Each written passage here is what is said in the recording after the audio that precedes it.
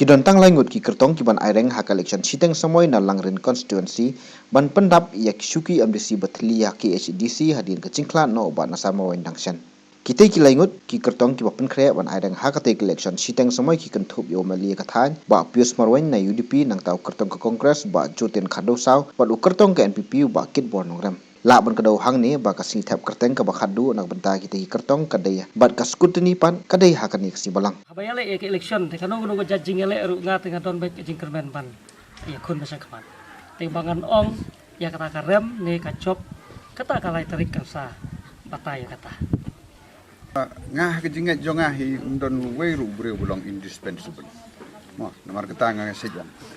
Ndon we mi suwe. But ni sedang ini ke parti hadok bangin wan ke bor arkus nem. Tementa hang ni kemun ong mo ke bangin man mugile ngim de yo than ke bot rei menta tu bile by election bile hu ba kiru ni la de poi ke prahajar ni prahajar kan mai dengan try gitu kinong kersian jongi tibi kinong rim jongi kinugi ini mat ngatrai ngi kimi lenti bangin job ini election ya jungi mutang ya hemal kisno mutang ya don sada dong di pada ke sengan ni masun tip bangi la five yang kongres lagi la nang rem cucu musim di existence ham tam ki bro la orang ba lai bagi ong ba stage bu nadu manusia ki don bagi la tap bu ki tap ta kongres ni hadu nda men tu bela adap menen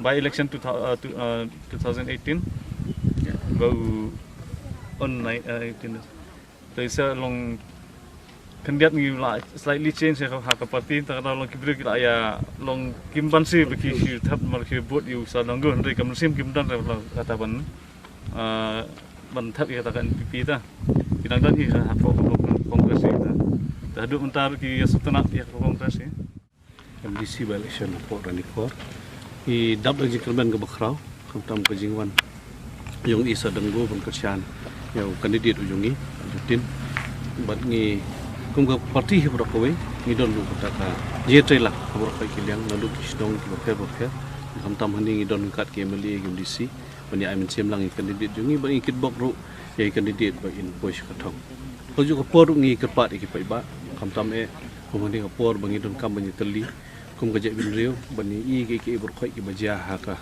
keleng jo kari bagani ka jing job jong ka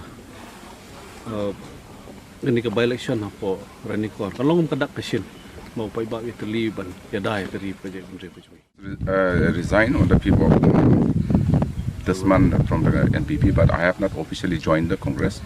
But I have decided after due consultation with my people that I'm going to support Congress candidate openly. Okay, so in the future you have any plans to rejoin the Congress? I will take a decision after my consultation with my people. I think let me work just first work for the MDC election. I have consulted majority of my people, and before that, some of my people, because of I don't know for what reason, my people has already left before me. So after that, I have made certain consultation with my people. Then I have also decided where the majority of my followers are going, I'll follow.